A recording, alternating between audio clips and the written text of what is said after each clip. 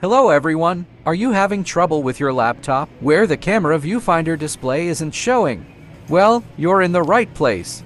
In this video, I'm going to show you how to fix it.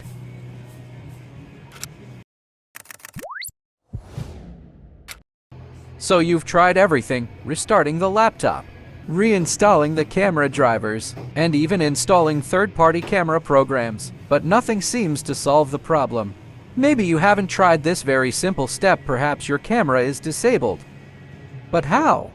Maybe there's a key that triggers it. Yes, indeed there is a key. And it's this one. Just press the key, and it will enable your camera. And there you have it. The camera viewfinder is now working, and you can see what the camera sees.